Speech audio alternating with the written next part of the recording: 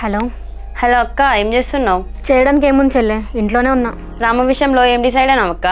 ఏమున్నది చెల్లె, నిన్న మనం అనుకున్నదే కదా, టైం చూసుకొని ఇంట్లోకి వెళ్ళిపోదాం అనుకుంటున్నా. ఇక నాకెందుకో మీరు చేసేది కరెక్ట్ అనిపిస్తలేదు అక్క, ఒక్కసారి ఆలోచించు. ఎవరు కరెక్ట్ అనిపించకపోయినా నా లైఫ్ నేను చూసుకుంటున్నా. ఇక రాము నేను వెళ్ళిపోతాం. ఇక ఎందుకు ఇట్లా మాట్లాడుతున్నావు అక్క? సందీపన్న గురించి పెద్దమ్మ గురించి ఆలోచించు ఒకసారి. ఇన్ని రోజులు వాళ్ళ గురించి ఆలోచించిన కాబట్టి ఇట్లున్నానే, ఇప్పుడు వాళ్ళ గురించి ఆలోచించే టైం లేదు నాకు. అసలే అన్వేష్ బాబుతో పెళ్ళి అంటున్నారు మళ్ళీ. అక్క నేను చెప్పింది వినే, ఆ పన్నోని లవ్ చేస్తారా అని ఎవరైనా? మంచిగా అన్వేష్ బాబుని పెళ్లి చేసుకో, నీ లైఫ్ బాగుంటుంది. సరే చెల్లె, నీ లైఫ్లో నీకు నచ్చిన వాళ్ళని మంచి జాబుల్లో చేసుకోవే. నా లైఫ్లో నాకు ఇంతే, నాకు నచ్చిన వాళ్ళు నేను చేసుకుంటా. ఏందే అక్క, నా లైఫ్ నీ లైఫ్ అని చెప్పి వేరే చేసి మాట్లాడుతున్నావు? మరి నువ్వు నన్ను రాముని పనోడని చెప్పి వేరే చేసి మాట్లాడతాలేవా? నాకెట్లా